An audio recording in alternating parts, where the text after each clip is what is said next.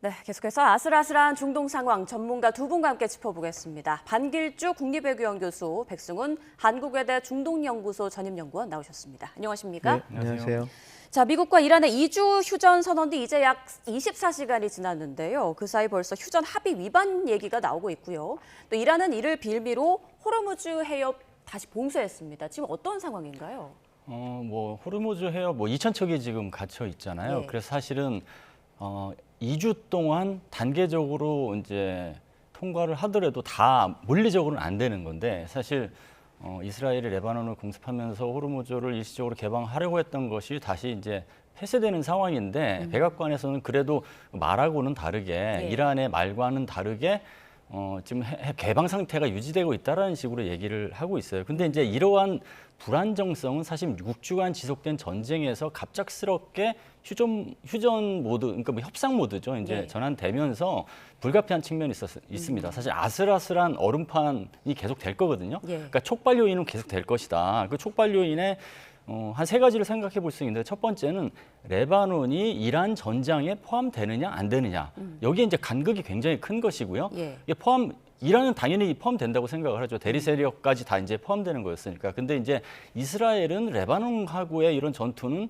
이란 전쟁과 무관하게 지속해 오던 것이라는 입장으로 이야기를 해서 사실은 배제시키려고 하는 것이기 때문에 전략적 이해치가 좀 달라요. 그게 있고 두 번째 촉발 요인은 이스라엘이 미국의 통제력을 벗어나서 앞으로도 단독 행동할 가능성이 적지 않습니다. 예. 그러니까 그거는 이제 네타냐후 총리를 통해서도 얘기했어요. 언제든지 전투에 복귀할 준비가 돼 있다고 얘기를 했거든요. 과거에도 그랬고 앞으로도 이제 그럴 것이다라고 얘기했기 때문에 그게 촉발 요인이 될 수 있고 세 번째는 양국의 그 조건이 굉장히 간극이 큰 상태에서 시작됐어요.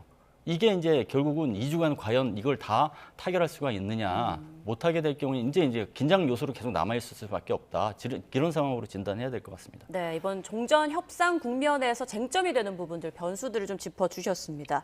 그중에서 이스라엘이 이번 종전 협상의 가장 큰 변수로 꼽히고 있는데 트럼프 대통령이 말한 부분이 주목됩니다. 이스라엘의 레바논 공격에 대한 부분은 휴전 합의에 불발됐다라고 말을 했어요. 여기에 대해서 이란이 크게 반발할 가능성도 있어 보이는데요. 네, 뭐 불발됐다라고도 했지만 그다음에 예. 또 이야기를 한 게 아직도 그거 관련해서는 조그만 얘기 협상 중이다. 얘기 중이다라고 예. 했으니까 아직 이게 불이 꺼진 것은 아니라고 보고요. 지금 이스라엘 입장에서도 네타냐후 총리는 아마 레바논 전장을 끝까지 끌고 가려고 지금 할 겁니다. 최소한 이란에 대한 타격을 멈추더라도 레바논, 특히 리타니강 아래 남부는 자기네들이 꼭 여기를 수복을 해야지 자기네들의 안보에 좀 뭐라 그럴까요? 그 안보를 극대화할 수 있다라고 생각해서 그렇게 될 텐데요. 저는 아마 그래도 지금 이 네타냐후 총리가 이제 레바논 전장을 계속 끌고 갈 수 있다라고 생각해서 이렇게 했다기보다는 예. 이 협상 국면에서 분명히 이야기가 나오는데 자기네들도 의지를 확실히 보여주고 어느 정도 얻을 수 있는 건 얻어가기 위해서 이렇게 공격을 했다고 봅니다. 그래서 미국이 이번 협상을 좀 진정성 있게 받아본다면 아마 레바논 전장에서도 일시적인 그 휴전, 그래서 공격을 멈추는 그런 것들은 나올 텐데요. 물론 그렇게 된다면 미국은 이란 측에도 또 요구하는 것들이 있겠죠. 그래서 지금 저는 아직까지는 이걸 너무 부정적으로 볼 것은 아니고 지금 반 교수님도 말씀드려 주셨지만 지금 전쟁이 너무 급격하게 되다가 정말 무슨 석기 시대로 보내버리겠다, 문명을 없애겠다라고 하는 그 공습 바로 88분 전에 멈추면서 시작된 협상이라 네. 아직 조율할 점들이 좀 남아 있는데 급작스럽게 휴전이 들어갔기 때문에 벌어지는 문제다라고 보고, 물론 이게 가볍게 볼 사항은 아닙니다. 과연 이 휴전 협상 자체가 유지가 될 것인가 아닐 것인가 이렇게 가장 중요한 분기점이 되는 건 사실인데 시작이니까요. 근데 뭐 이 레바논 관련해서 이스라엘이 그냥 계속해서 이렇게 나갈지 아니면 미국이 조금 틀어질지는 좀 하루 이틀 더 지켜봐야 될 것 같습니다. 네, 반 교수님께서는 어떻게 보십니까? 이스라엘이 앞으로도 계속 레바논 등에 대한 공격을 이어갈지, 그리고 이렇게 된다면 앞으로 진행될 대면 협상에도 큰 걸림돌이 되지 않을까 싶은데요. 걸림돌이 될 거라는 걸 미국도 좀 알고 있을 겁니다. 그러니까 소통을 지속할 가능성이 높고, 근데 이스라엘이 이렇게 하는 것은 사실은 이제 우회적인 불만 표출이죠. 그러니까 이스라엘이 왜 이 그 게임에 같이 포함되지 않냐, 공습은 같이 했는데 네. 그게 있는 것이고, 한 일각에서는 그럴 것 같아요. 그러니까 휴전이 지금 2주간 어떻게든 협상을 위해서 잠시 총성을 멈췄지만 과연 이게 이스라엘 입장에서 타결을 원하느냐 아니면은 내심 타결이 안 되길 원하느냐. 그러니까 후자일 가능성도 있어요. 왜냐하면은 이번에 그 협상이 열리게 된 배경을 놓고 보면 한 세 가지가 이제 생각해 볼 수가 있는데 결국은 첫 번째는 트럼프의 협상 의지예요.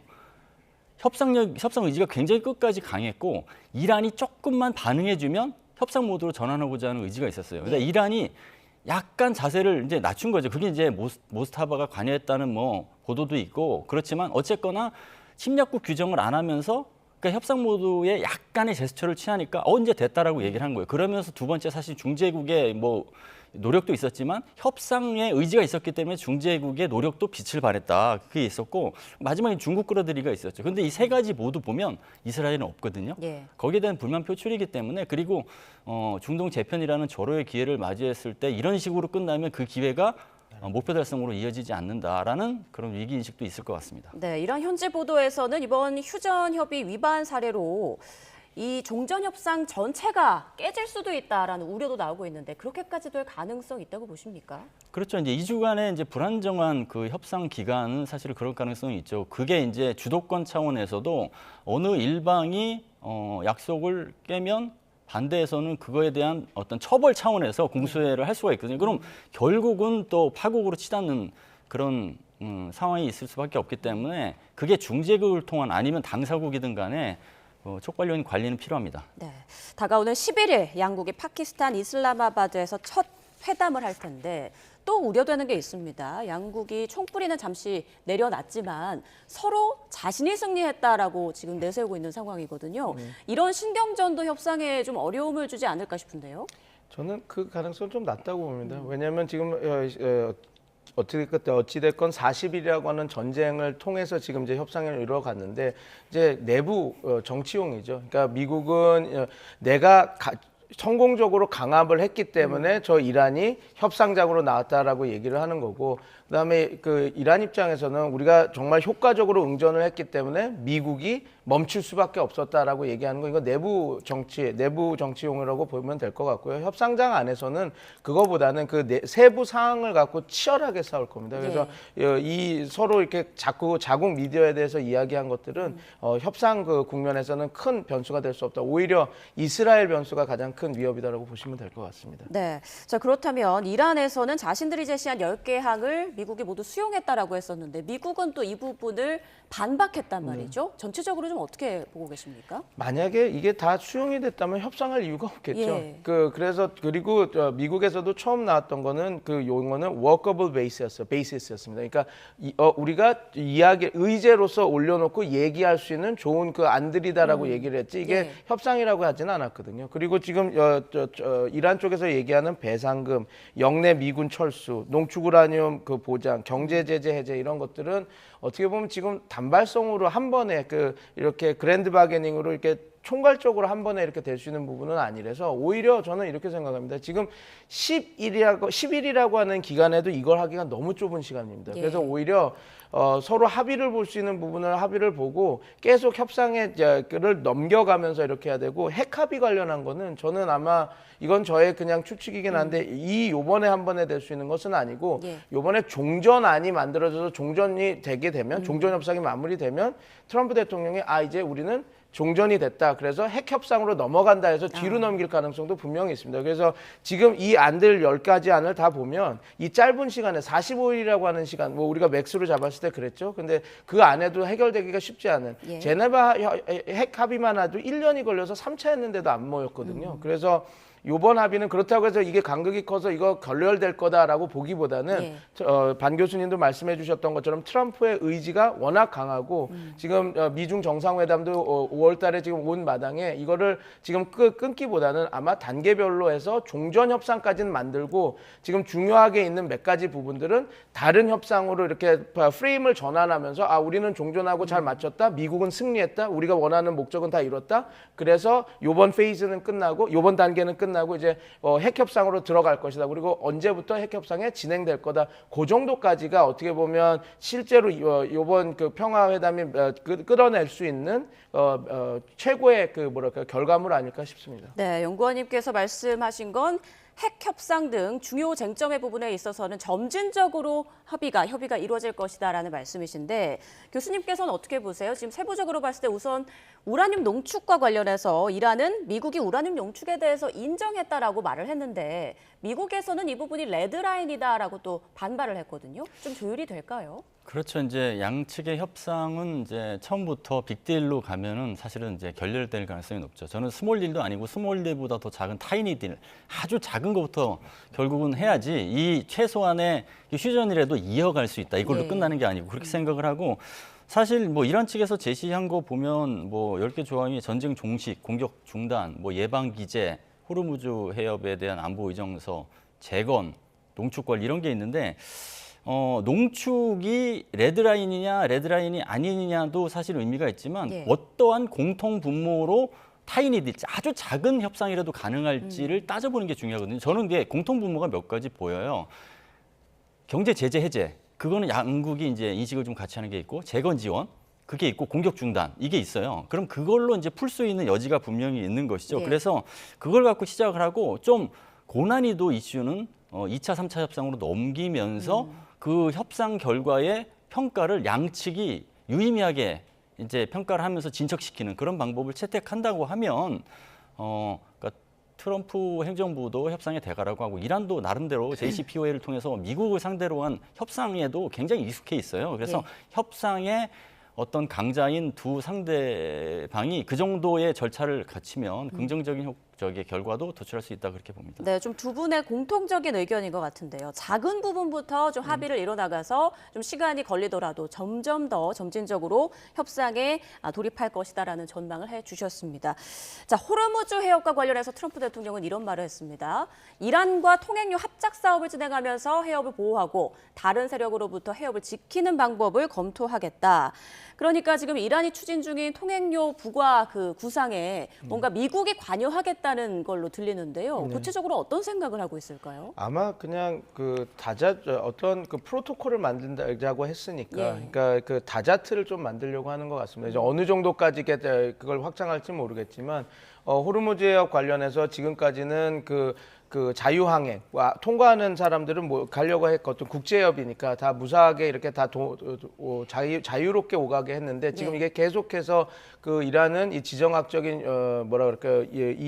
자기네들의 높은 그 지점을 유지해서 하면서 이걸 자꾸 무기로 사용하지 않습니까? 그래서 미국 입장에서도 어떤 다자트를 해서 어떤 제도화를 해서 이 호르무즈 항행을 조금 더 안전하게 보장하는 그걸 만들려고 하는 그런 과정에다 이렇게 있는데 이 안에서 이제 자꾸 그 말다툼이 나오죠. 그래서 뭐 트럼프 대통령도 워낙 그 수사가 센 분이라 그냥 자꾸 통행료를 내가 걷는 거 미국이 걷는 거 어떠냐 뭐 이란은 우리가 걷겠다 이렇게 하는데 통행료를 걷는 것까지는 제가 갈 때는 불가할 것 같고 만약에 이런 다자체가 만들어진다면 다자체가 운용하는 운용 자금은 나와야 되지 않겠습니까? 안전적으로 유지가 되려면 그래서 그런 다자체 운용 비용 관련해서 그 통행료는 아니고 이 그 어떤 그 뭐랄까 시설 아니면 그 통행 제도 유지비 이런 걸로 해서 할 가능성은 또 높다. 그런데 오히려 그게 만약에 뭐라 그럴까 합리적인 가격으로 유지가 된다면 오히려 이 안정성을 확보하고 담보할 수 있기 때문에 더 국제사회도 나쁜 방안은 아니다. 그래서 아마 그런 식으로 한번 이제 트럼프 대통령도 이야기를 지금 진행하고 있는 거 아닌가 그렇게 보입니다. 이게 어떤 방식으로 구체적으로 진행될지 모르겠습니다만 어쨌건 이 호르무즈 해협을 그러니까 자유롭게 통과했던 국가들이 이제는 일정 부분 돈을 내고 지나가야 되는 그런 상황이 될 수 있단 말이죠. 이 부분에 미국이 수용을 하고 긍정적으로 개입을 한다면 국제사회 비판이 나올 것 같은데요. 어떻게 예상하세요? 그러니까 이게 뭐 이란이 단독으로 장악을 하든 아니면 미국과 공동으로 뭐 주도권을 장악을 하든 간에 그거는 단기적 방안이지 결국은 그게 고착되면 안 되는 것이죠, 사실은. 네. 왜냐하면 이제 결과적으로는 국제 해협인 호르무즈 해협을 국제사회에 반납을 해야 됩니다. 그런데 이제 미국이 공동으로 관리하겠다는 것이 지금의 상황, 긴장 완화를 위한 메커니즘 차원에서 단기적으로 한다고 하면 국제사회도 그렇게 반발은 안 할 것 같아요. 왜냐하면 국제사회가 에너지 위기 이거 다 그대로 그냥 다 도전에 직면하고 있기 때문에 그 정도는 휴전 기간 동안에 전쟁 배상 문제, 재건 지원 어떤 그 자금 확보 차원에서 이해를 해줄 수 있다라고 이제 해줄 수 있을 것 같아요. 근데 결과적으로는 국제사회에 반납을 해야 된다라는 조건이 있어야 될 것 같아요. 저는 네. 이게 뭐 미국 입장에서는 이 공동 어떤 이렇게 관리의 카드를 낸 것은 저긴 첫 번째는 미국이 할 수 없는 것에 대한 현실을 인식했다. 즉 군사적으로 이게 이제 장악이 안 된다는 것을 이제 현실을 인식을 해서 그럼 어떻게 할까? 비군사적으로 하는 방법이 있는데 그게 이란하고의 협상과 딜을 통해서 가능하다. 이런 생각을 한 것 같고요. 그리고 세 번째는 이제 미국의 위상이 사실은 이 호르무즈 해협에 이제 쩔쩔매는 모습을 보면서 위상이 추락했거든요. 어쨌거나 미국이 해결했다는 모습을 보여줘야 돼요. 그런 의도가 있다고 봅니다. 네. 자, 오늘 백악관 발표에 따르면 미국과 이란의 첫 대면 협상 현지 시간 11일 토요일 이슬라마바드에서 개최될 예정입니다. 미국과 이란 측에서 누가 나올지 많이들 궁금해하고 있는데 미국에서는 벤스 부통령 얘기가 나오고 있고 이란 측에서는 갈리바프 의장 얘기가 나오더라고요. 어떻게 예상하세요? 뭐 갈리바프 그다음에 지금 외무상 아락치가 이렇게 아락치 외무상이 그러니까 외교부 장관이죠. 아마 그 우리가 늘 이야기가 나왔던 그 두 분이 두 인사가 아마 협상을 진행할 거라고 저는 보고 있고 그다음에 진짜 벤스 부통령이 그 면대면 협상에 나오냐가 좀 중요한 바로미터일 것 같습니다. 예. 그리고 만약에 벤스 부통령이 나온다고 한다면 이란과의 협상을 좀 더 진정성 있게 이렇게 자기네들도 보고 있고 하고 있다라는 게 보여지는 거라서요. 좀 이 협상이 좀 더 단단하게 유지되면서 진행될 수 있겠구나. 저희가 이렇게 볼 수 있는 하나의 지점이라고 저는 보고 있습니다. 그런데 그 이란의 새 최고 지도자 모즈타바가 이번 휴전 협상에 개입을 했다, 크게 관여를 했다라는 보도도 나왔습니다. 갈리바프 의장이 모즈타바의 이제 측근으로 알려지고 있는데 그렇다면 협상 과정에서 갈리바프 의장의 말이 모즈타바와 그리고 강경파 지도부들의 말과 일치한다. 이렇게 좀 해석을 해도 될까요? 네, 그렇게 보셔도 될 것 같습니다. 근데 이게 우리가 여기서 좀 볼 부분은 그 최고 지도자가 일일이 그렇게 지시는 하진 않았거든요. 그러니까 예를 들어서 제가 한번 말씀드렸던 부분이기도 한 것 같은데 그 이란과 미국과의 핵 협상이 진행될 때 그때 그 로하니 대통령이 그 대통령이었고 그 다음에 최고 그 핵 협상가는 자리프라고 하는 사람이 있었습니다. 예. 근데 그때 자리프가 계속해서 미국과 그 긍정적인 안을 주고받으니까 보수 우파에서는 그러니까 강경파죠. 되게 반대가 심했거든요. 그래서 계속해서 자리프가 우리의 그 이란의 국익을 다 미국한테 넘겨준다 이런 비판이 커지고 하니까 자리프가 그러면 내가 최고 핵협상 가에서 내려오겠다. 그 보직에서 내려오겠다. 나는 사퇴하겠다라고 선언을 했습니다. 그랬더니 그때 카메네이, 그때 당시 지금 모스타바의 아버지죠. 예. 그러니까 카메네이가 개입을 하면서 나는 그 신뢰를 한다. 자리프를 하면서 자리프가 다시 복귀를 하면서 힘을 받아서 강경파의 목소리가 줄어들고 이렇게 했거든요. 그래서 지금 어찌됐건 모즈타바가 의 신변은 우리가 알지 못하지만 갈리바프도 모즈타바가 수용하고 휴전을 안을 한번 진행해봐라 해서 했다라고 얘기를 했고 그렇게 던진 이상 이게 어떤 한 목소리를 내고 있다라고 보시면 될 것 같습니다. 그리고 모스타바는 이 얘기를 던진 이상 협상 과정에서는 가타부타 만기칠람하지 않을 겁니다. 그냥 기다리고 어떤 무슨 정처에서 크리티컬한 정처에서 뭔가가 싸우고 있다라고 하는 그 분기점에서 힘을 실어줄 때 균형추를 맞출 때 개입할 거라서 지금 모스타바가 뭐 이거를 하느냐 얘기하느냐 협상은 모스타바가 하는 것이 아니라 실무자가 한다 그렇게 보면 될 것 같습니다. 관련 질문 짧게 하나만 더 드리겠습니다. 그러니까 모즈타바가 지금 뭐 위중하다, 의사결정을 할 수 있는 상황이 아니다라는 보도도 있고요. 네. 쪽지로 휴전을 지시했다라는 보도도 있고 너무 상반돼서 뭐가 진실인지 참 의문입니다. 어떻게 생각하고 계세요? 저는 이거는 분석의 그 전문가들의 분석 영역이 아니라고 생각합니다. 왜냐하면 그 누구도 정보를 모르거든요. 한 번은 모스타바가 죽었다라고 하는 얘기도 나왔었고, 예. 한 번은 모스타바가 그 크렘린 그 러시아에 가서 수송기를 타고 가서 거기서 안전적으로 있다 그런 얘기도 나오지 않았습니까? 그래서 지금 너무 많은 그 가짜 뉴스와 허위 정보가 있어서 우리는 거기에 집중하기보다는 지금 이란이 한 목소리를 하고 있고 이 짧은 상황에서는 지금 어찌됐건 갈리바프와 그 페제스키안 그리고 그 아락치가 함께 같이 하면서 이 협상을 진행하고 있다고 보면 될 것 같습니다. 그리고 모즈타바의 유고나 모즈타바의 신변은 이 협상에서는 큰 의미가 없을 거라고 저는 봅니다. 단 이게 협상이 종전이 되고 협상이 마무리되고 나서 국가 재건 상황에서 모즈타바의 그 신변이나 이런 것들이 향후 리더십이나 아니면 그 내부 정치나 내부 갈등 갈등, 그다음에 그 권력 투쟁, 내부 권력 투쟁에 영향을 끼치는 부분이라서 지금 협상 국면에서는 모스타바의 그런 신변이 그렇게 큰 영향을 끼칠 변수는 아니다. 네. 오히려 이스라엘의 그 공격이나 이런 것들이 협상에 끼칠 변수가 크니까 이 부분은 조금 좀 뒤로 해서 보셔도 괜찮다 그렇게 말씀드리고 싶습니다. 알겠습니다.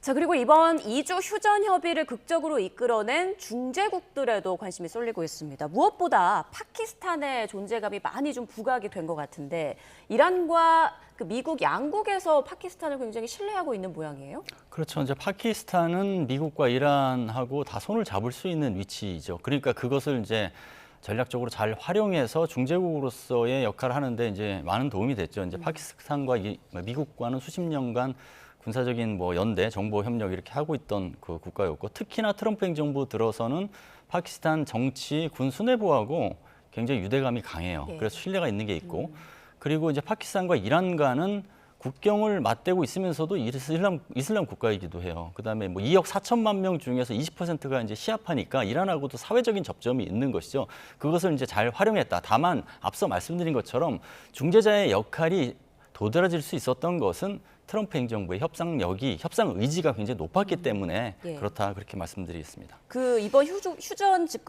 극적 타결 배경에 중국의 입김이 작용했다는 분석에 대해서는 어떻게 생각하십니까? 저는 이제 그 중국과 미국의 이익이 이제 상호 공감대를 이루었다고 봐요. 미국 입장에서는 중국을 끌어들이는 게 두 가지 측면에서 도움이 됐다고 봅니다. 중국과 이란의 이제 어떤 유대, 그게 이제 유대라고 하는 것은 뭐 군사적인 연대도 있고 석유를 통한 뭐 이익도 있어요, 이익 창출.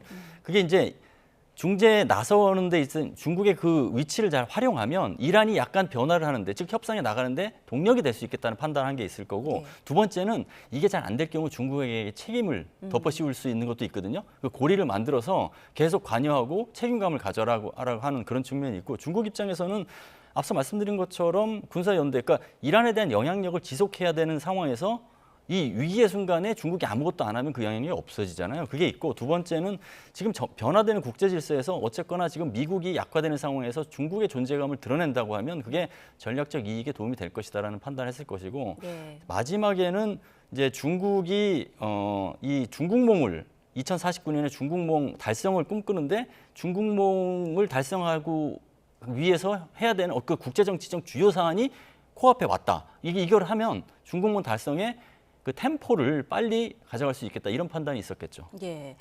자, 그러면 이번에는 이란과 미국 내부의 반응을 좀 보도록 하겠습니다. 지금 이란에서는 휴전을 환영하는 집회도 열리고 있고, 또 한쪽에서는 뭐 성조기를 태우는 등 반미 집회도 열리고 있다고 하는데, 현지 분위기 좀 들으신 내용이 있습니까? 뭐 이게 그 말씀하신 두 현상이 같은 현상인 거죠. 미국에 대해서 규탄을 하면서 승리를 축하하는 그런 거기 때문에 예. 지금 어떻게 보면 이번 전쟁을 통해서 미국이 인지전에서는 실패한 거 아닌가라는 생각이 많이 듭니다. 왜냐하면 불과 몇 달 전만 하더라도, 그러니까 12월 1일까지만 하더라도 그 이란 시민들의 봉기가 카메네이에게 죽음을, 그런 그 구호들이 나왔었거든요. 근데 지금은 정말 반미 감정들이 더 고취되면서 지금의 그 똑같이 정권이 바뀐 것이 아님에도 불구하고 지금 이 전쟁을 수행한 뭐라 그럴까요? 그 신정 민주주의 체제 그 기득권들과 함께 이거 기뻐하고 있는 모습이, 어떻게 보면 트럼프 대통령이 이 전쟁에서 이끌어오면서 여러 가지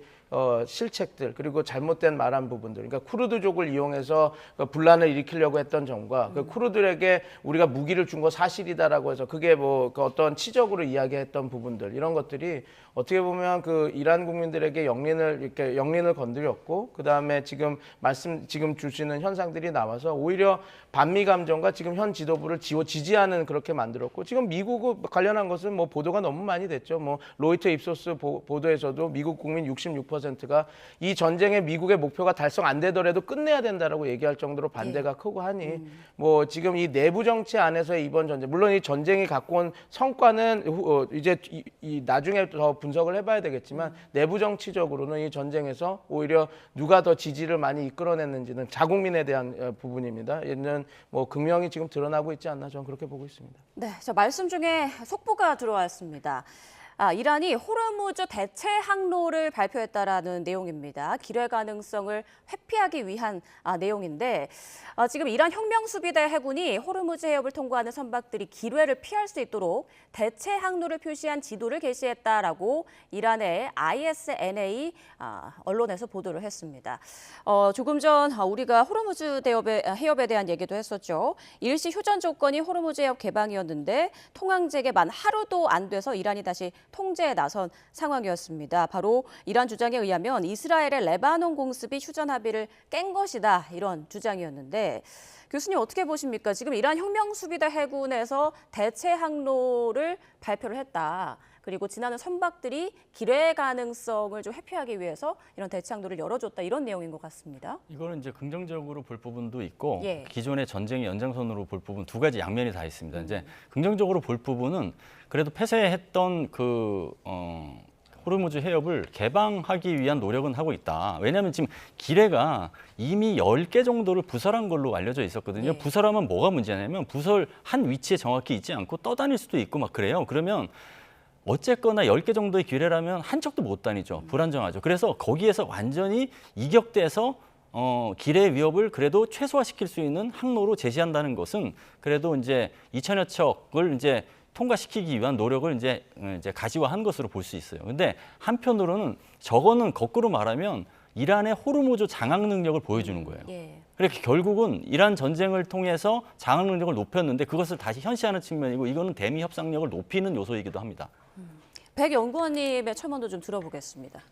지금 다 말씀을 주셔서 예. 네, 어찌됐건 이란이 그 자기네 의지를 보여주는 거죠. 호르무즈 항로를 우리가 보호하고 왔다 갔다 하게 열어주겠다라고 하는 그것들을 좀 진정성 있게 보여주는 것이라서 뭐 이건 미국에 대한 사인을 보낸다라고 생각합니다. 예. 그래서 우리가 진짜로 호르무즈 해협을 막으려고 하는 게 아니고 이렇게 하려고 한다라는 걸 보여주는 거라서 저는 향후 협상에 또 그래도 긍정적인 사인은 아닌가 저는 그렇게 보고 있습니다. 네, 이 부분에 대한 자세한 내용은 또 들어오는 대로 저희가 전해드릴 거고요. 마지막으로 미국 내 상황도 좀 여쭤볼게요. 지금 미국 정치인들, 민주당 내에서 트럼프 해임안을 촉구하고 있다, 추진하고 있다는 얘기가 나오는데 분위기 좀 어떻습니까? 그렇죠. 내부적으로 이제 헤그세스를 해임을 하고 트럼프를 직무정지하겠다. 수정법 25조의 근거로 해서. 근데 사실 현실 가능성은 없어요. 왜냐하면 직무정지를 하려면 내각에서 이제 그걸 그렇게 조치를 해야 되는데 친트럼프 내각에서 할 수는 없고,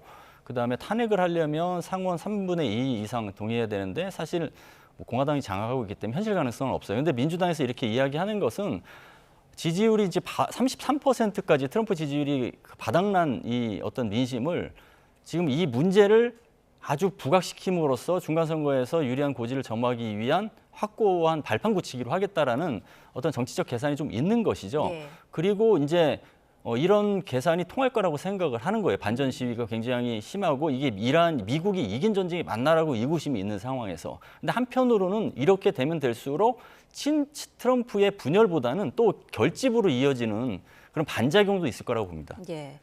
자, 두 분의 말씀 총 정리를 좀 해보면 이스라엘의 공격 여부와 협상 안의 주요 쟁점 부분들이 이번 종전 협상에 있어서 하나의 변수가 될 것 같은데요. 그 부분 계속 눈여겨보도록 하겠습니다. 지금까지 반길주 국립외교원 교수, 백승훈 한국외대 중동연구소 전임연구원과 함께했습니다. 고맙습니다. 감사합니다. 호르무즈 해협에 발이 묶인 우리 선원들 상황도 알아보겠습니다. 휴전은 24시간 전에 이미 이루어졌지만 아직도 상공에는 전투기가 날아다닌다고 하는데요. 고립된 우리 선박들 언제쯤 탈출할 수 있을까요? 현지 상황 자세히 들어보겠습니다. 전정근 HMM 해상노조 위원장 연결합니다. 위원장님 나와 계십니까? 예, 전정근입니다. 네, 자 휴전 24시간이 지난 상황입니다. 선박 두 척이 해협을 통과하는 모습이 포착되기도 했는데 지금 우리 국적의 선박들은 어디에 있습니까? 저희 국적 선박들은 호르무즈 해협 내에 이제 비교적 공격의 위험이 덜한 사우디 주베일 앞바다에 좀 모여 있습니다. 예.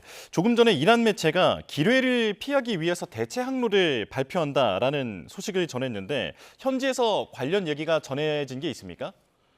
아직까지 이제 구체적으로 그 이란이 제시한 그 길에 피하기 위한 항로를 우리 뭐 선사나 선박에 제공한 것은 없습니다. 예, 대체 항로라고 하면 구체적으로 어떤 길을 말하는 건지 좀 궁금한데요. 이게 지금 호르무즈 해협이 길이 하나밖에 없기 때문에 지금 이렇게 묶인 상황에서 문제가 커진 건 아니겠습니까? 어떤 쪽을 상상할 수 있을까요?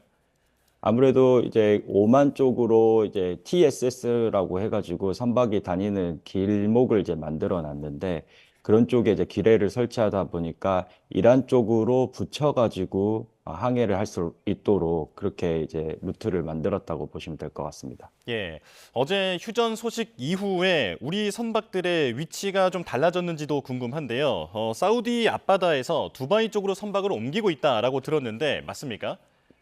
실제로 저희 HMM 선박 그 5척 중에 한 척이 지금 이제 두바이 쪽으로 이동하는 중입니다. 예. 이- 자, 호르무즈 해협 안쪽에서의 이동은 자유로운 편입니까? 호르무즈 해협 내에 이제 페르시아만 자체에서는 이동이 가능한 상황인데 이제 다만 그 불특정 다수의 그 선박을 향한 이제 공격이 있을 수 있기 때문에 이동하더라도 위험은 이제 계속 존재합니다. 예. 지금 위원장님께서는 우리 선박들이 안전하게 탈출하려면 정부에서도 명확한 지침을 내릴 필요가 있다라고 말씀하신 바 있는데 정부 쪽에서의 별다른 지침은 없습니까? 정부에서는 이제 지속적으로 논의 중이라고 이제 들었습니다. 다만 이제 국제 정세를 판단하는 것에 따라 이제 시일이 좀 더 걸릴 수 있을 것 같은데 이제 우리 승무원과 또 선박의 안전을 전제로 한 지침이 이제 뭐 빠른 시일 내에 내려올 것으로 보고 있습니다. 예. 어제 휴전 소식이 기다리던 반가운 소식이었을 것 같은데 조금 전에는 또 이스라엘이 레바논을 공격하면서 이란이 다시 호르무즈 해협을 걸어 잠궜습니다. 이 부분에 대한 반응도 전해진 게 있습니까? 예, 저희도 이제 오전에 그 이란이 다시 해협문을 닫겠다고 하는 이제 소식을 전해 들었는데 지금까지 뭐 제대로 열린 적은 없었는데 다시 또 닫겠다고 하니까 현장에서는 굉장히 혼란스러워하고 있습니다. 예. 자, 현장에 우리 선원들이 보내준 사진과 영상을 보면서 이야기를 조금 나눠보겠습니다. 지금 저희가 화면에서 전투기 사진을 하나 띄워놓고 있는데 이게 지금 실제로 선원들이 촬영한 것으로 알고 있거든요. 호르무즈 상공에는 아직도 전투기들이 날아다니고 있습니까? 예, 맞습니다. 그러니까 그 미국하고 이란이 이제 휴전에 합의했다고 알려진 이후에도 이제 사우디에서 이란 방향으로 출격한 이제 전투기가 뭐 자폭 드론으로 추정되는 비행체를 요격하였는데 이란 전역에 이런 휴전 소식이 알려지지 않은 것으로 이제 보이고 그리고 이제 저희가 언론으로 이제 접하는 휴전하고 또 현장하고는 약간의 이제 괴리감이 좀 있었습니다. 그리고 이제 예. 주변 걸프국에서는 이제 지속적으로 반공을 위해 긴장의 끈을 놓지 않고 있는 것으로 보입니다. 예. 결코 안심할 수 없는 상황이다라는 말씀이신데요. 자, 지난 한 달여간 그 전쟁 중에 선박 주변으로도 위험이 있었던 아찔한 순간들도 있었는데 어떤 상황들이 있었다고 합니까? 그 전쟁 초반에 이제 미국이 이란을 공격하고 나서 이란이 이제 보복 공격을 이제 주변국으로 할 때 저희 선박들이 입항 중이었거든요. 예. 당시에 이제 그 뭐 미사일이나 자폭 드론의 요격 잔해물들이 선박 주변으로 떨어지고 불발탄도 떨어지다 보니까 실제 전쟁 한복판에 저희 선박이 놓여 있었습니다. 예. 당시에 그래서 저희 승무원들께서 죽음에 대한 공포를 처음으로 이제 느끼다 보니까 지금도 이제 새떼만 날아오는 것만 보더라도 이제 자폭 드론인 줄 알고 뭐 작은 소음에도 놀래고 트라우마를 호소하고 있습니다. 예. 지금 저희가 화면을 통해서 공유하고 있는 그 장면들이 선원들이 직접 촬영해서 지금 저희에게도 함께 공유를 해준 장면인데요. 지금 상당히 육안으로도 가까이 볼 수 있을 정도로 가까운 곳에서 폭격이 이루어진 것 같은데 그 폭격이라든지 이런 위험 상황이 얼마나 됐다고 합니까? 그때 당시에는 굉장히 이제 그 폭격이 지금 영상상으로는 좀 멀어 보일 수 있지만 상당히 그 영상이 저렇게 나올 정도면 굉장히 가까운 거고요. 이제 바로 옆에서 있었다고 보시면 되겠습니다. 예. 3주 전에도 위원장님을 화상으로 연결을 했었는데 그때 가장 걱정되는 점이 우리 선원들의 건강 문제였습니다. 만약 크게 다친다든지 병이 난다든지 하면 마땅한 대책이 없다라고 말씀을 하셨는데 그 이후에 건강에 문제가 있는 선원은 없었습니까? 다행히 그 이제 그 건강에 이제 문제가 그렇게 생기지는 않았습니다. 하지만 이제 뭐그 치아 크라운 같은 것들이 빠져가지고 이제 진통제 먹으면서 버티는 분들도 계시긴 했는데 예. 아직까지 이제 위태로울 정도의 이제 그런 건강 이상 증후 같은 것은 없어가지고 그나마 불행 중 다행이라고 생각하고 있습니다. 예. 그런데 상황이 다시 호전돼서 만약에 선박들이 호르무즈 해협을 빠져나갈 수 있다 하더라도 워낙 많은 선박이 몰려 있기 때문에 그 순서를 정하는 것도 시간이 좀 걸릴 수 있다라고 하던데요. 상황이 어떻습니까? 사실 이 부분에서 우선순위를 정하는 데는 선박과 화물 그리고 선정 모든 부분에 있어서 이해관계가 다 얽혀 있습니다. 그렇기 때문에 우선순위를 정해서 이제 빠져나가는 것은 상당히 어려울 것으로 이제 보이는데 급한 순서대로 이제 해협 통항을 시도할 것으로 보입니다. 그런데 이제 선박이 한 번에 몰리면 충돌 사고의 이제 위험이 높기도 하고 또 충돌로 인한 문제가 많이 발생할 수 있습니다. 그래서 오만 쪽이나 이란 쪽에 이제 VTS에서 이제 관제를 잘해줘야만 또 순차적으로 안전하게 잘 빠져나올 수 있을 것으로 같습니다. 예. 일단 휴전의 기간은 2주로 설정이 됐는데 말씀하신 대로라면 2주 안에 우리 선박이 빠져나오지 못할 가능성도 충분히 염두에 둬야겠군요. 예, 맞습니다. 예. 그렇다면 선원만이라도 먼저 하선을 해서 귀국을 시킨다거나 하는 방안은 없습니까? 그런 방안은 이제 초기에도 논의가 됐었는데 이제 저희 선박 자체에 화물이 다 실려 있고 뭐 LNG, LPG 같은 경우에는 어떤 압력을 컨트롤해야 되고 컨테이너 같은 경우는 위험함을 더 선적되어 있기 때문에 승무원들께서 그 화물을 지켜주지 않으면 그 어떻게 보면 떠다니는 시한폭탄이 될 수가 있습니다. 그래서 이제 그런 부분에서 저희 승무원들이 선박을 버리고 귀국할 수는 없고 만약에 혹여나 이제 귀국을 한다고 하더라도 누군가는 가야 되기 때문에 일단은 거기 있는 분들께서는 어떻게 보면 동료애를 가지고 버티고 있는 것이라고 보시면 되겠습니다. 예. 그 선원들만이라도 하선을 한다거나 교대하는 방안, 이게 초기부터 논의됐다라고 말씀하셨는데 주변국의 통제 때문에 이 부분이 어렵다라는 소식도 있었습니다. 하지만 이제 휴전이 이루어진 상황이라면 이 부분에서도 주변국들의 협조가 좀 이루어질 수 있지 않을까 기대가 되는데 이 부분은 새로 들어온 소식이 있습니까? 지금 그래도 그 주변국에서는 어느 정도 우리 외교 당국하고 협의가 되어서 이제 하선하거나 이제 교대하는 문제에 있어서는 이제 뭐 원활하게 진행이 된다고 들었습니다. 예. 다만, 누군가가 뭐 하선을 하면 누군가는 승선을 해야 되기 때문에 그 부분에서 이제, 뭐 명확하지가 않은 것 같습니다. 예, 우리 선원들은 지금 어떻게 생활하고 있는지도 궁금한데요. 보내주신 영상들을 보면 배 안에서 운동을 하기도 하고 식사를 하기도 하고 하는데 식량이라든지 이런 부분들은 문제가 없습니까? 우리 대한민국 국적 선박은 이제 정부에서 또 신경을 많이 써서 그 이제 식량을 잘 확보하고 있어서 뭐 극단적인 식량난은 이제 겪고 있는 것은 아닙니다. 그래서 이제 어떤 그 식재료를 가지고 그 음식도 잘 해 먹으면서 이제 잘 지내고 있고 그리고 이제 체력 관리를 위해서 운동도 하고 있습니다. 예, 그나마 잘 지내고 있는 것 같아서 다행이다라는 생각이 드는데요. 그런데 정부가 그 선사당 최대 1,000억 원의 금융 지원을 발표했습니다. 하지만 고립이 길어지면 매주 수억 원에 달하는 전쟁 보험료도 계속 부담이 되는 상황인데요. 어느 정도 버틸 수 있을 거라고 보십니까? 이제 정부에서 지원하는 1,000억 원 같은 경우는 그 시간을 벌어주기 위한 임시 처방이지만 그 선사 입장에서는 그나마 이제 숨통이 트일 것입니다. 다만 일회성에 이제 불과하기 때문에 길어야 뭐 1, 2개월 버티는 수준이지 않을까 그렇게 예상합니다. 예. 지금 분위기로 보면 이란이 호르무즈 해협을 재개방하더라도 앞으로 통행료를 계속 받을 것으로 보이거든요. 그렇게 되면 운임비가 상당히 상승할 것으로 보이는데 앞으로 선사 입장에서도 부담이 될 것 같습니다. 지금 어떻게 전망하고 있습니까? 네, 이게 이제 현실화된다고 하면 단순한 통행료 문제가 아니라 이제 글로벌 물류 구조 자체를 흔드는 이제 변수라고 봅니다. 다만 이제 또 이게 직접 통행료가 또 부과된다고 하면 원유선 이 VLCC 기준으로 해서 운송 원가가 이제 10%에서 30%까지도 상승할 수 있다고 봅니다. 예. 그래서 이번을 계기로 다른 우회로를 개발해야 한다라는 그런 의견도 많이 나오고 있는데 이게 현실성이 있는 얘기입니까?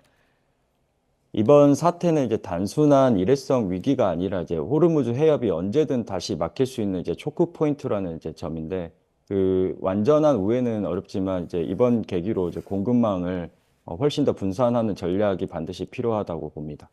예.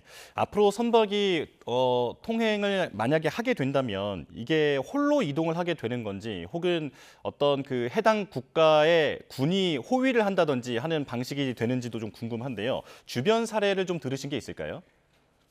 지금 상황에서는 호송은 좀 어려울 것 같습니다. 만약에 그 어떤 청해부대라든지 그 어떤 군대가 가서 호송을 한다고 치면 군사적인 그 행동이 될 수가 있기 때문에 호송은 어렵고 우리 선박 자체적으로 해협을 빠져나올 것으로 이제 예상하고 있습니다.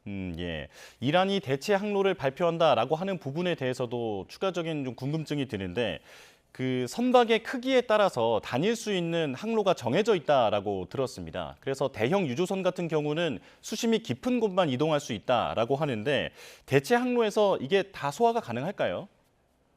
저희도 이제 수심 같은 것들은 계속 확인을 하고 있는데 실제 이제 호르무즈 해협 주변에 저희 그 선박들이 피격되면서 이제 침몰한 선박들도 존재할 것이고 이제 뭐 항해 안전을 위해서 이런 수심이 담보되지 않으면 항해가 어려운 것은 사실입니다. 그래서 이제 이란이 이제 제공한 그 루트 자체가 조금이나마 수심이 이제 확보된다고 하면 이제 그쪽으로 갈 수밖에 없는 상황이고 그리고 이제 저희도 이제 수심 체크 같은 것들을 계속 해서 이란이 제공한 어떤 항로 외에도 이제 대체 항로가 있는지 다시 한번 또 확인을 해봐야 될 것 같습니다. 예. 지금 계속 들어오고 있는 소식에 의하면 이란이 호르무즈 해협을 다시 봉쇄한 이후에 그 출구 근처에 있었던 배들이 방향을 돌려서 다시 뒤쪽으로 이동했다라는 소식도 있는데 우리 선박들에게도 영향이 있을까요? 다행히 저희 이제 선박 중에 이제 유조선들은 아직까지 그 주베일 앞바다에서 그 출항은 하지 않았습니다. 이동은 하지 않았고 이제 컨테이너 선박이 지금 두바이 쪽으로 이동 중인데 아무래도 이제 이렇게 다시 봉쇄가 된다고 하면 안전한 해역을 찾아서 다시 이제 또 이동을 해야 될 것으로 보입니다.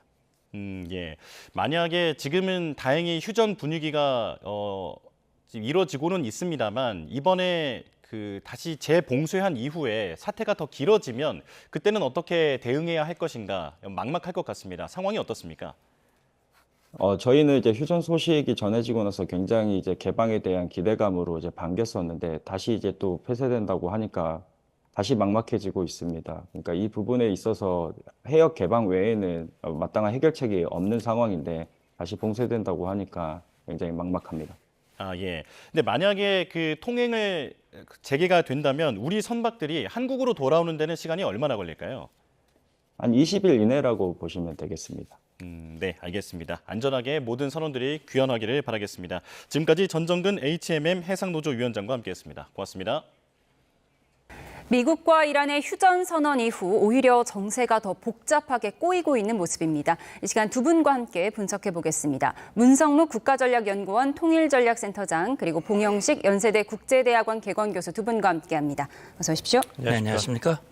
네, 휴전 선언 하루 만에 호르무즈 해협이 다시 봉쇄됐습니다. 관련 영상 보고 오시죠.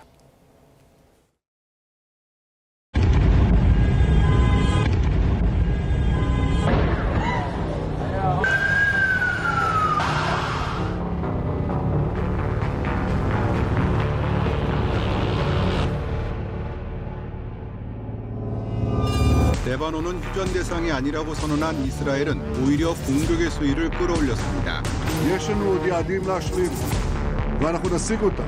히즈볼라는 휴전 합의 위반이라고 반발했습니다. 이란은 호르무즈 해협 봉쇄 카드를 다시 꺼내들었습니다.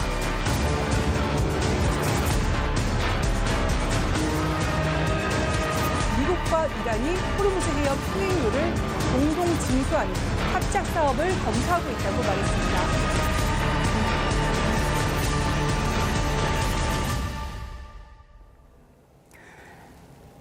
호르무즈 해협 드디어 빗장이 풀리나 했는데 다시 오리무중 상태로 빠졌습니다. 휴전 만 하루도 안 돼서 이란이 다시 통제에 나섰는데 이유는 이스라엘이 다시 레바논에 공습했기 때문이죠. 사상자가 900여 명이나 돼요. 예, 그렇습니다. 그래서 저도 이게 지금 사실은 어제 아침 시간이었죠. 어제 아침 9시가 사실은 데드라인이었고 우리 시간으로. 근데 이제 정확하게 88분 전에 대통령이 SNS를 통해서 트럼프 대통령이 이제 발표를 했고 이제 휴전을 한다고 그랬는데 키 포인트는 두 가지 같아요. 하나는 이란이 호르무즈 해협을 개방하면 2주 동안 휴전을 하겠다. 그러니까 전제는 호르무즈 해협의 이제 개방인데 구체적으로 그런 휴전의 범위가 어디인지에 대해서는 사실 구체적으로 나온 건 없었거든요.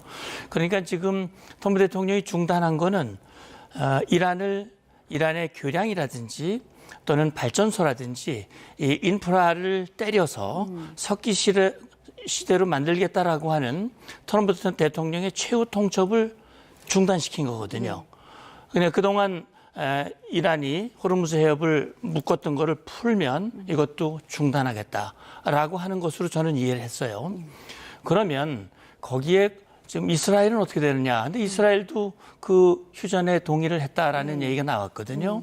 그렇다면 지금 이스라엘은 레바논을 때리고 있거든요. 예. 그 레바논은 어디입니까? 헤즈볼라 아닙니까? 예. 그동안 이란의 대리 세력이었고 그 어느 세력보다도 가장 강력하게 이스라엘을 괴롭혔던 그 대리 세력이고, 그러니까 이 대리 세력에 대해서 이스라엘 입장에서는 어쨌든 이란을 때리는 건 아니니까 예. 이란을 때리는 건 휴전이지만 대리 세력을 때리는 거는 이거는 괜찮다. 뭐 자기 나름대로는 목표가 남아 있다는 얘기는 예. 그동안 이란과 이란을 돕는 대리 세력들이 끊임없이 이스라엘과 미국을 향해서 고통을 주었기 때문에 이걸 제압하기 위한 목표는 아직 남아 있다. 예. 막 그런 명분으로 이제 때렸는데 그걸 지금 이란은 그걸 문제 삼아서 다시 이건 합의 위반이라고 그러고 우리도 그 지킬 이유가 없다라는 그런 움직임이 지금 전체적으로 영향을 흔들리게 만드는 이유가 되는 것 같습니다. 예, 쉽게 말해서 휴전 범위에 레바논은 들어가 있지 않기 때문에 레바논은 때려도 된다. 이게 이스라엘의 입장이고 또 중재국인 파키스탄은 레바논 때리면 안 된다는 건데 미국이 지금 이스라엘 편 들고 있는 거죠. 일단은 그렇지만 반드시 그렇지는 않습니다. 트럼프 대통령이 기자가 그 질문을 했을 때는 이스라엘 입장을 옹호하는 발언을 했죠. 예. 레바논은 합의에 포함되어 있지 않다. 왜냐하면 그 합의는 미국과 이란 간의 교전 중단에 해당하니까. 하지만 이 미국의 협상 대표단의 단장을 맡은 JD 부통령은 약간 다르게 얘기를 했습니다. 그 질문에 대해서 이란 측의 주장에 대해서 어떻게 생각하는가, 휴전 협정 위반 아니냐 했을 때는 이란이 그렇게 생각하는 것을 이해할 수 있다고 했습니다. Legitimate misunderstanding. 이란이 오해하는 것은 이유가 있다. 네. 그럴 만한 이유가 있는 오해다. 그러니까 이제 대통령의 말을 거스를 수는 없잖아요. 그러니까 JD 밴스 부통령이 그 레바논 종전이 합의에 해당하지 않는다는 대통령 말씀은 맞다. 하지만 이란의 주장도 이해가 된다. 예. 이렇게 얘기를 했어요. 그게 무슨 뜻이죠? 그러니까 이제 이란의 입장이 이해가 네. 된다는 거죠. 하지만 합의문에 대한 해석은 우리 대통령 입장이 맞다는 그러니까 거죠. 합의문에는 안 들어가 있다. 이게 안 들어가 있는 대통령이- 거죠. 읽어보면 없다고 할 수가 있거든요. 근데 이란의 입장은 뭐냐면은 트럼프 대통령의 선언한 내용을 보면은 우리는 이란으로부터 10개 조항의 제안을 받았으며 이것이 협상을 위한 실행 가능한 기반이 될 것이라고 믿는다 했고 예. 이란 주장에 따르면 그 10개 이란이 주장한 조항 중에 이란뿐만 아니라 동맹 저항 세력에 대한 교전도 중단을 해야 된다고 돼 있어요. 그러니까 이란 입장에서는 그렇게 주장할 근거가 있다는 것이고 예. JD 밴스 부통령도 이란이 그렇게 생각하는 것이 아주 말도 안 되는 것이 아니라 정당성이 있는 오해다 이렇게 얘기를 했어요. 네. 좀 이렇게 꼬여서 들리는 게 당연하겠습니다마는 네. JD 밴스 부통령이 어떻게 해서든지 이런 휴전 2주간의 시간을 최대한 활용해서 협상을 통해서 종식시키겠다는 입장을 확인한 것은 아무래도 긍정적인 신호로 봐야겠고 이스라엘에 대해서도 이스라엘 스스로가 레바논 지역에서의 군사행동을 제어할 것이라고 나는 생각한다고 했어요. 그러니까 좀 애매한 발언이긴 하지만 미국이 나서서 이스라엘 보고 헤즈볼라에 대한 공세를 중단해라. 예. 안 그러면 이란과 미국 간에 종전 협상이 진행되지 않는다까지는 없지만 이스라엘 스스로가 자국의 이익 차원에서 군사 행동을 점차 제어하지 않을까라고 미국 정부는 생각한다는 것을 미국 부통령이 얘기를 한 것이죠. 그러니까 이스라엘이 알아서 좀 자제했으면 좋겠다. 좋겠고 자제할 것이라고 기대한다는 발언입니다. 예. 따라서 명확한 미국의 입장은 없지만 종전 협상을 제대로 하겠다는, 특히 2월 28일 전쟁 개시에 대해서는 그 누구보다도 계속해서 그 누구보다도 강하게 반대 의견을 표명했던 제이디 벤스 부통령을 트럼프 대통령이 협상당의 대표로 임명했다는 것은 그만큼 전쟁에 대해서 출구 전략, 출구를 찾겠다는 것은 이미 확인된 것이라고 생각합니다. 예, 이런 가운데 이란이 기뢰를 피하기 위해서 대체 항로를 발표한다고 했습니다. 그럼 여기만큼은 안전하다라고 얘기를 하는 건데 이건 또 무슨 속내인가요? 호르무즈 해협은 닫겠다고 하면서 대체 항로를 발표하겠다. 예, 그러니까 저도 그 이란이 지금 발표하는 내용들이 좀 왔다 갔다 해서 정확한 속내를 판단하기는 쉽지 않은데요. 그동안 이 이란 측에서 발표했던 그런 내용들 보면 우리는 이 호르무즈 해협을 봉쇄한 적이 없다라고 얘기도 했고요. 그 다음에 기뢰를 깐 적도 없다. 그렇게 해왔거든요. 그런데 지금 갑자기 이 호르무즈 해협을 풀겠다고 휴전 약속을 하고 그리고 이제 통행량이 늘어난 걸로 미국 측도 판단을 하고 백악관도 그렇게 얘기를 했는데 보니까는 이제 그 유조선 두 척이 이란의 허가를 받아가지고 그 통과를 하는데 라라크 섬과 오만에 있는 요 사이 깊은 그 수로를 통해서 이동을 하다가 이란의 경고를 받고 다시 돌아갔다는 얘기예요. 그러면서 이제 대체 항로가 나오는데 그거는 이란 쪽 가까운 이란 라라크 좀 가까운 쪽으로 아마 수로를 제시를 한 것 같아요. 그런데 그건 뭐냐면 전 그런 생각이 듭니다. 어쨌든 이 호르무즈 해협은 이란이 통제권을 가지고 있다. 적어도 우리의 통제를 받아야 된다. 그렇지 않으면 통과할 수 없다라고 하는 것을 확실하게 못 받기 위한 그런 하나의 의도가 아닐까 싶은데 지금 이란이 미국 측에 제시했다는 그 10개 항에도 보면 호르무즈 해협의 통제권이 들어가 있거든요. 그렇기 때문에 어쨌든 지금 상황에서 이스라엘이 레바논 헤즈볼라를 때리고 휴전 합의를 위반하는 상황에서 우리가 이걸 막지만 그러나 우리 허락하에 우리의 통제하에 요 대체 항로를 이용을 한다면 할 수도 있다. 우리 말을 들어라. 통제권은 우리에게 있다라고 하는 것을 보여주기 위한 그런 의도가 아닐까라는 추정이 됩니다. 예, 안전 항로, 대체 항로 알려줄게. 이건 이란이 호르무즈의 통제권은 우리에게 있다. 이걸 강조하는 거라고 하셨는데 지금 호르무즈 통제권 주장하는 또 한 사람 트럼프 대통령인데 그렇게 통행료 받는 거 불법이다라고 분명히 마크 루비오 국무장관이 지난달에 얘기했는데 지금 트럼프 대통령이 통행료 합작 사업을 진행하겠다 이런 걸 밝혔어요. 그럼 미국이 받는 건 괜찮다는 건가요? 근데 이제 트럼프 대통령의 그 발언이 얼마나 그 깊은 생각과 이제 정책적 법률적인 검토를 거쳐서 대통령 입에서 나온 것인지에 대해서 우리가 다시 생각을 해봐야 될 것 같아요. 왜냐하면 말씀하신 대로 미국 정부의 입장은 통행료 징수는 국제법 위반이다. 왜냐하면 호르무즈 해협이 자연 지형이지 인공물이 아니니까 이란이 권리가 없다는 걸 분명히 했지 않습니까? 그런데 이제 트럼프 대통령이 호르무즈 해협이 미국한테는 아무 중요하지 않으니까 미국은 원유 생산 및 소비의 자급자족인 상태에 있기 때문에 급한 나라들이 알아서 가져가고 관리를 해라 했지 않습니까? 근데 알아서 관리하고 가져갈 것 같으니까 갑자기 또 미국이 합작회사를 만들겠다 하는 것이기 때문에 이것이 얼마나 그 깊은 생각에서 나온 트럼프 대통령의 발언인지 정부를 대표하는 발언인지는 우리가 좀 생각을 해봐야 될 것 같아요.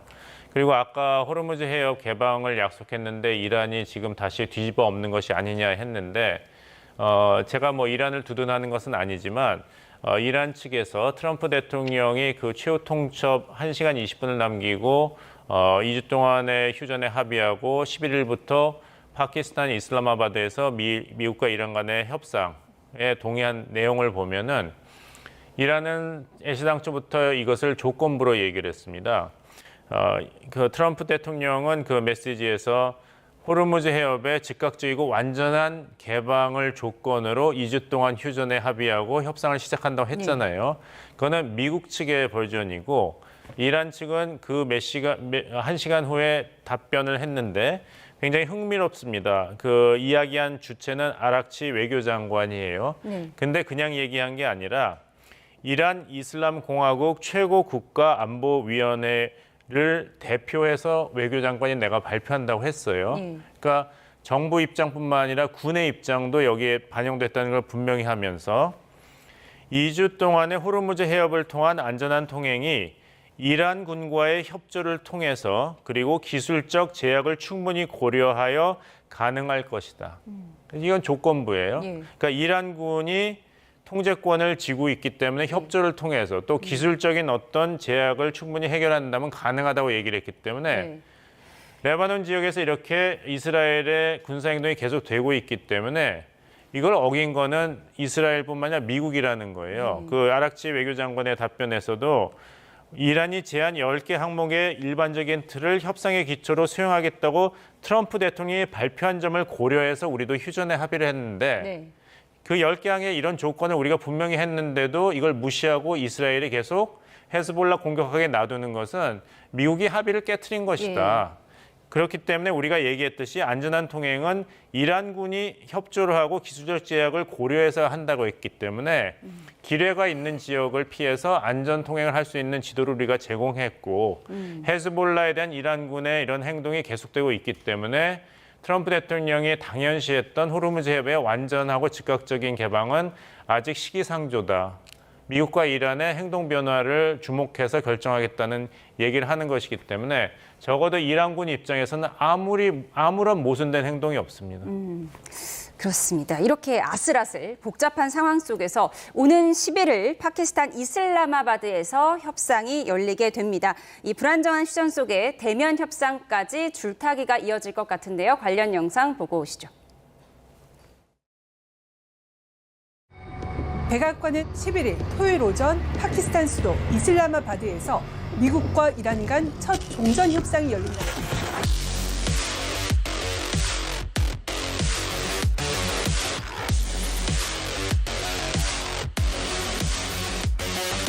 The Iranians originally put forward a 10-point plan that was fundamentally unserious, unacceptable, and completely discarded. It was literally thrown in the garbage by President Trump. יש לנו עוד יעדים להשלים, ואנחנו נשיג אותם, כי אנחנו ערוכים לחזור ללחימה בכל רגע שידרש. האצבע על ההדק.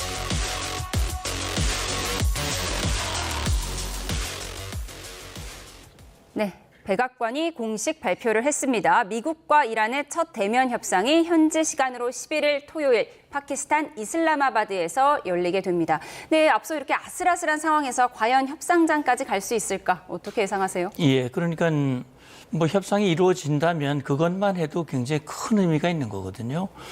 이게 2월 28일 이 전쟁 개시 이후 첫 미국과 이란 간의 대면 협상이 이루어진다는 자체는 굉장히 의미가 있다고 생각이 되는데 과연 이게 대면 협상이 지금 파키스탄의 적극적인 중재하에 지금 11일 날짜가 밝혀졌고 장소까지 이루어졌는데 사실 넘어야 할 고비들은 있지요. 그러니까 그동안 이란 측은 그렇게 얘기를 했죠. 대만 협상을 얘기를 했을 때 미국을 믿을 수가 없고 역시 이스라엘도 마찬가지죠. 그러니까 이게 결국 우리를 함정에 빠뜨리기 위한 것이 아니냐라는 것 때문에 이 협상 자체를 거부하고 협상이라는 건 존재하지 않는다라고 이란이 강력하게 그동안 거부를 해왔단 말이에요. 그리고 트럼프 대통령이 이제 이틀 시한을 주고 이제 7일 20시까지 열지 않으면 바로 발전소 교량 타격할 것이다라고 했을 때까지만 해도 이란 혁명 수비대는 우린 결코 호르무즈 해협을 여는 일도 없고 이거는 트럼프가 패배했기 때문에 저렇게 엉뚱한 얘기를 하는 것이다라고 강하게 반발했기 때문에 사실은 다음날 아침, 우리 어제 아침이죠 시간으로 트럼프가 행동을 옮기겠구나라는 생각을 저도 했거든요. 근데 이걸 받아들였다고 하는 것은 혁명 수비대를 포함해서 이란 지도부가 굉장히 다급한 상황에 있다라고 하는 것을 보여주는 것이고 지금 대면 협상에 응하는 자체가 바로 그 의미라고 저는 봅니다. 그런데요, 전 여기서 우리가 분명히 해야 할 건 뭐냐면 이란 측의 주장이 자기들이 10가지를 제시했는데 그게 휴전의 전제 조건이었다고 얘기하면 그건 대단히 모순적인 얘기예요. 그건 말이 안 되는 얘기죠. 그러니까 트럼프 대통령이 명확하게 얘기를 했거든요. 그러니까 호르무즈 해협을 여는 거를 조건으로 한 것인데 10가지를 다 받아들이면 휴전을 한다? 이거는 저라도 안 받죠. 너무 일방적이다. 그러니까 이 레비 대변인이 쓰레기통에 버려버렸다라고 제가 10가지를 다 꼼꼼히 읽어봤는데 받을 수 있는 게 없어요. 당장은. 그렇기 때문에 저는 그걸 조건으로 해서 호르무즈 해협을 열겠다라고 말했다면 이건 말장난이다라는 네. 생각이 들고요. 그렇기 때문에 벤스 부통령이 그런 얘기를 했습니다. 이제 협상 대표가 되는데 성실이라고 하는 단어를 얘기를 했어요. 성실하게 회담에 임해라라고 얘기를 했거든요. 그렇게 하지 않으면 우리는 선택지가 무궁무진하고 이전으로 다시 돌아갈 수 있다라고 얘기를 했거든요. 네. 그러니까 이란이 다시 뭐 살짝 무슨 휴전하는 척하면서 시간 벌고 뭐 위험을 피하고 이런 식으로 하는 것은 이거는 아마 안 될 거예요. 그래서 협상장에서 협상이 이루어지더라도 네. 정말 진정성 있는 협상, 다시 말하면 핵과 관련해서 확실하게 비핵화 의지를 밝히고 그다음에 호르무즈 해협에 대한 그런 그 장난칠 치지 않겠다고 하는 그런 약속을 하고 그리고 다시는 이 중동에서의 이 피비린내 나는 이런 테러 행위를 하지 않겠다. 이런 약속을 하면 제재도 풀고 그동안 겨대안도 풀고 이란의 미래를 약속하는 이게 사실 빅딜의 합의거든요. 그러니까 이거는 제가 볼 때는 얼마나 지금 이란의 혁명 지도부가 진실성을 가지고 임하느냐라고 하는 것이 협상의 성패를 좌우한다고 봅니다. 예, 어제는 대면 협상 10일에 열린다고 하더니 지금 하루가 늦춰진 건지 11일로 발표가 됐습니다. 레빗 대변인이 이란이 제시한 10개 조항 쓰레기통에 갖다 버렸다. 이 발언은 어떻게 보세요? 지금 미국이 그냥 이란에게 모든 것을 다 주지 않았다. 공정하고 미국의 핵심 국가 이익을 훼손하지 않는 그런 상황이다. 그런 전제를 가지고 미국 협상단이 이란과 협상을 할 것이라는 걸 다시 한번 확인한 것이죠. 굳이 긍정적인 사인을 이렇게 생각해 본다면 첫째, 전쟁 범죄에 해당하는 미국의 이란 내 민간 시설, 교량과 발전소 시설이 일어나지 않았습니다. 혹자는 미국이 전술 핵무기를 사용하는 것 아니냐, 이란 문명을 석기시기대로 돌려보내겠다고 트럼프 대통령이 엄포를 했으니까요. 그런 극단적인 상황을 피했다는 것 자체가 우리가 긍정적으로 일단 평가할 수 있겠고, 두 번째는 휴전에 합의했다는 것입니다. 그것도 휴전이 2주 동안의 휴전이 아니라 종전을 목표로 하는 휴전, 그리고 종전을 목표로 하는 협상에 양측이 동의했다는 것. 저는 그거는 굉장히 중요한 변화라고 봅니다. 또 세 번째는 아까 말씀드린 대로 미국의 전쟁에 반대했던 인사를 트럼프 대통령이 협상의 주체로 임명했다는 것. 벤스 부통령이요? 예, 그렇습니다. 왜냐하면 이제 제럴드 쿠시너 사위라든지 스티브 위트코프 특사는 스스로 결정할 수 있는 정치적 자율성이랄까요? 그런 지위가 사실상 부족하죠. 그리고 핵 협상에 지지부진했던 이유 중에 하나도 쿠시너도 그렇고 위트코프 특사도 핵 문제에 대해서는 전문적 기술적인 지식이 없습니다. 그러니까 어디까지가 이란이 장난을 치고 있고 어디까지는 이란과 실질적인 농축에 대해서 타협을 할 수 있는지 그 자리에서 판단을 할 수가 없는 것이에요. 근데 JD 벤스 부통령이 나섰다는 것은 그 자리에서 결정할 수 있는 사람이 이젠 협상을 끌고 있다는 새로운 변화인 것입니다. 그러니까 트럼프 대통령의 복심을 계속 확인해 가면서 이란과 협상을 하는 것이 아니라 어느 정도는 자율권을 가지고 할 수 있는 국면이 생겼다는 것. 그것이 이제 긍정적인 현상이라고 보기 때문에, 그리고 혁명수비대 대표가 나오는 것도 아니고 지금 메시지가 아락치 외교장관과 갈리바프 의회의장, 이제 이란 측의 대표가 될 텐데, 이런 소위 좀 더 합리적이고 똑똑한 미국 측의 묘사에 따르면 인사들이 전면에 나서기 시작했다는 것도 국면이 이전과 같은 극단적인 상황에서 좀 벗어나는 것이 아닌가 이렇게 생각합니다. 예, 협상의 긍정적인 요인들을 말씀해 주셨는데 지금 농축 우라늄, 미국에서는 이 농축 우라늄을 미국으로 보내라 이란에 이렇게 요구하고 있거든요. 이 부분을 이란이 받을 수 있을까요? 그러니까 선택을 해야죠, 이란이요. 지금 사실 헤그세스 장관도 그렇고 합참의장도 그렇고 보통 대통령도 그런 얘기를 여러 번 했습니다만 지금 그동안 미국이 설정했던 군사적 목표는 충분히 달성을 했다. 다만 지금 남아있는 것은 글자 그대로 이제 이란의 핵 역량과 핵 의지를 재료로 만드는 것이거든요. 그 명백한 물증이 바로 그 농축 우라늄입니다. 그러니까 그동안 이란은 우리는 뭐 핵 프로그램 마치 또 핵을 평화적으로 사용하고 이건 우리의 주권적 권리다 이렇게 얘기를 했지만 이란은 기본적으로 핵무기를 갖고자 하는 강렬한 의지를 가지고 있었고 그 강렬한 의지를 실현하기 위해서 전국 곳곳에 정말 깊은 곳에 농축 우라늄을 만들 수 있는 그런 공장들을 운영을 해온 거거든요. 이거는 누가 봐도 핵무기를 갖고자 하는 강렬한 의지가 가지고 있다는 걸 물증으로 보여준 것이고 그건 IAEA 국제원자력기구도 그건 지적을 한 것이고요. 그렇기 때문에 이제 정말 이란이 지금은 선택을 해야 할 기로에 있다고 생각을 합니다. 핵을 끝까지 가지고 망하는 길을 선택할 것인가. 핵을 내려놓고 정말 번영하는 미래 이란을 선택을 할 것인가. 둘 중에 하나를 선택을 해야 되거든요. 그러니까 만약에 이란이 끝까지 농축을 하니 우리는 못 내놔. 우리는 끝까지 농축 기술은 권리는 가질 거야. 이건 기본 권리야. 이렇게 한다면 아마 협상 깨질 겁니다.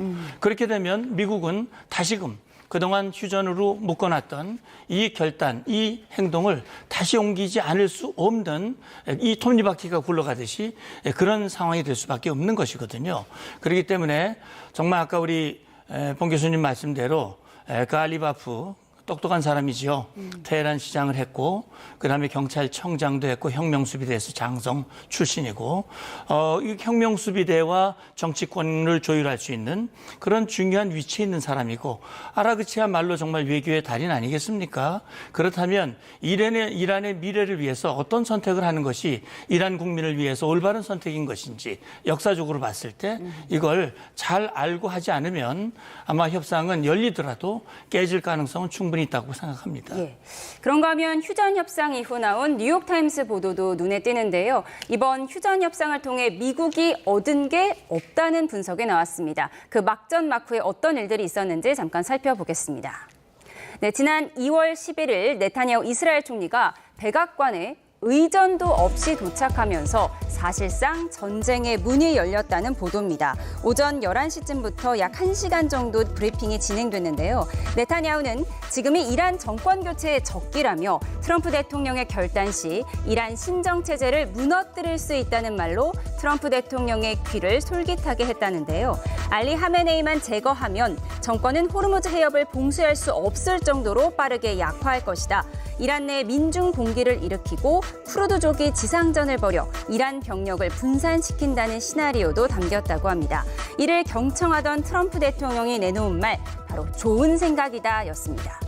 말도 안 되는 소리다, 터무니없다, 호르무즈 해협 봉쇄 위험을 초래할 수 있다는 등 관계 당국자들은 우려를 쏟아냈지만 전쟁 개시 이틀 전인 2월 26일 오후 5시 백악관 핵심 참모들의 최종 회의가 결정적이었습니다.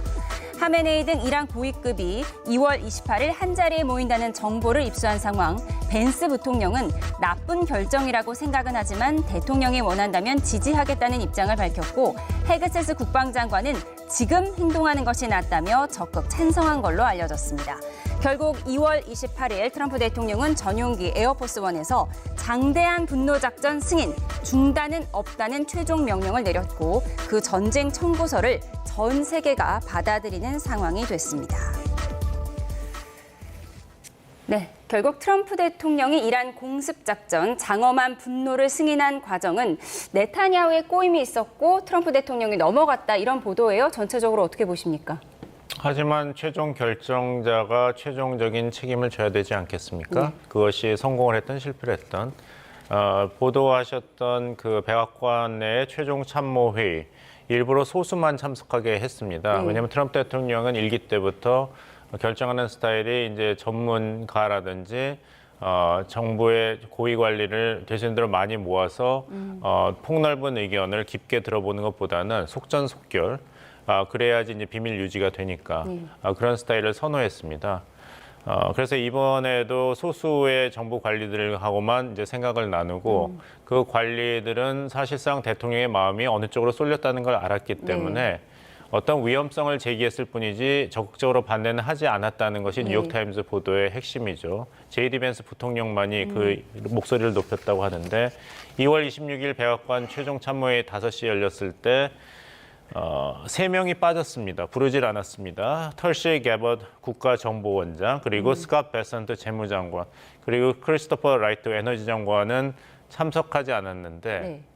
정보를 담당하는 사람이 없었고, 그리고 이란이 호르무즈 해협 봉쇄를 할 수가 있는데 국제 재정이라든지 그걸 담당하는 스캇 베선트 재무장관도 없었고, 에너지를 담당하는 크리스토퍼 라이트 장관도 부르지 않았다는 것은 그만큼 이란이 호르무즈 해협 봉쇄를 생명선으로 장악할 것이라는 것에 대해서 얼마나 과소평가를 했는가가 잘 드러나는 것이고, 따라서 호르무즈 해협을 계속 봉쇄하고 있어야만 우리가 미국에 대해서 영향력을 행사할 수 있다는 것을 이란군이 그 어느 때보다 절실히 이제 자각했기 때문에 그만큼 이 호르무즈 해협의 재개방과 종전 협상이 맞물려서 진행하기가 어려운 것입니다. 따라서 여기에 대해서 미국이라든지 이란이 어떤 새로운 아이디어, 전향적인 태도를 보이지 않는 한은 계속 도돌이표가 먼저 이걸 풀어라, 먼저 이걸 풀어라 충돌하게 돼 있는데, 한 가지 희망적인 것은 이제 J.D. 벤스 부통령 얘기로 다시 돌아간다면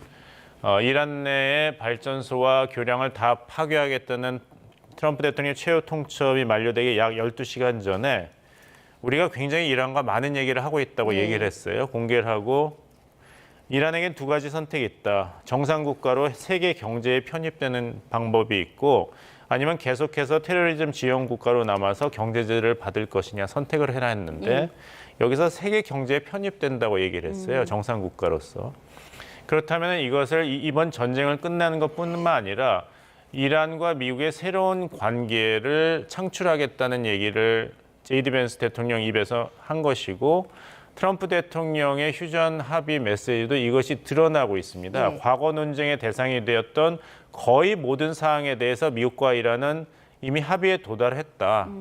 굉장히 새로운 내용입니다. 그리고 미국과 이란 간의 장기 평화, 그리고 중동 평화를 논의하고 합의할 것이다. 이것은 그냥 전쟁을 끝내는 것이 아니라 새로운 평화를 구축한다는 것이기 때문에 이란의 핵 문제라든지 아니면은 불가침 조약이라든지 이란에 대한 경제 제재에 대한 어떤 새로운 변화도 포괄적으로 또 깊이 논의된다는 것을 미국의 대통령과 부통령이 확인을 했기 때문에 이란 측에서는 이제 협상을 하지만 100% 미국에 대한 불신을 가지고 간다 이런 얘기를 했어요. 그럼에도 불구하고 이란 측에서도 결국에는 종전적으로 중심을 두고 미국과 협상을 하지 않을까 하는 것이 조심스럽습니다만은 제가 이제 메시지에서 해석하는 바입니다. 예, 봉 교수님은 계속해서 협상의 희망적인 부분을 네네. 계속해서 찾아내고 계신데요. 그런데 네타냐후 총리가요, 아직 완수해야 할 군사적 목표가 남아있다라고 했습니다. 우리의 손가락은 아직 방아쇠에 있다 이런 얘기도 했는데 네타냐후의 앞의 항보는 어떻게 보십니까? 저는 이제 이 전체 그림을 말이죠.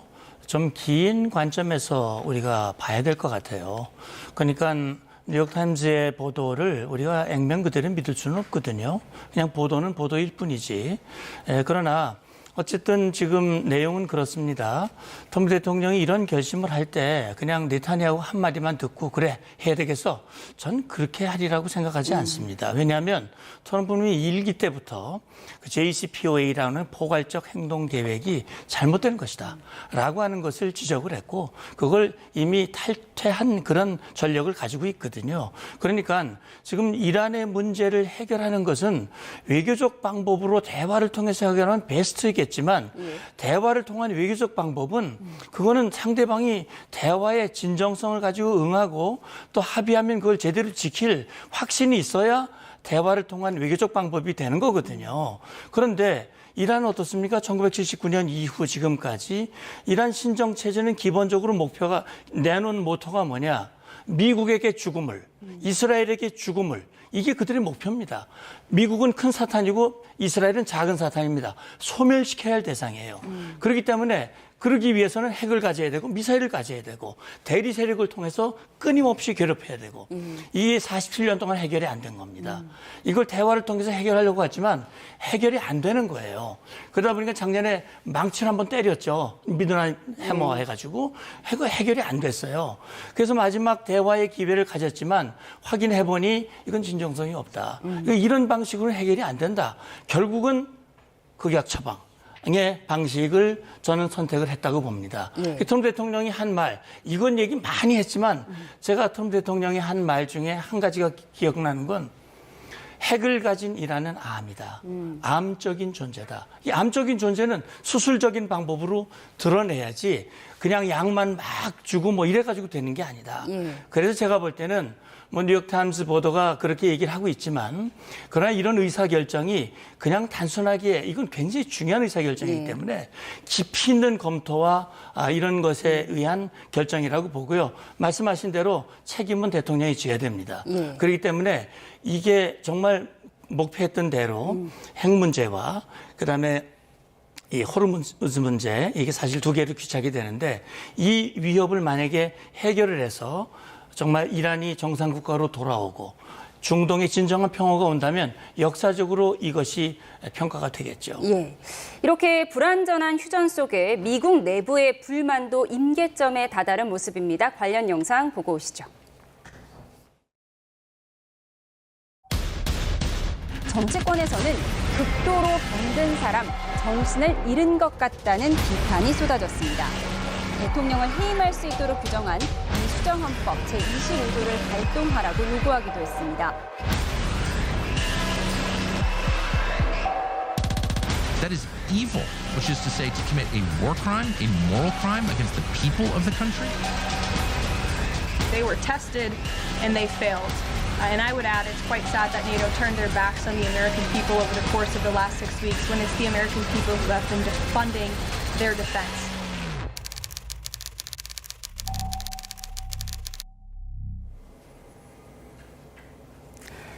네, 전쟁으로 인한 고육과 그에 따른 물가 상승으로 미국 내 파장이 만만치 않은데 정치권에서 트럼프 탄핵을 추진하자 이런 얘기가 나왔는데 우리나라와 미국은 이 탄핵 추진 과정이 좀 다르죠?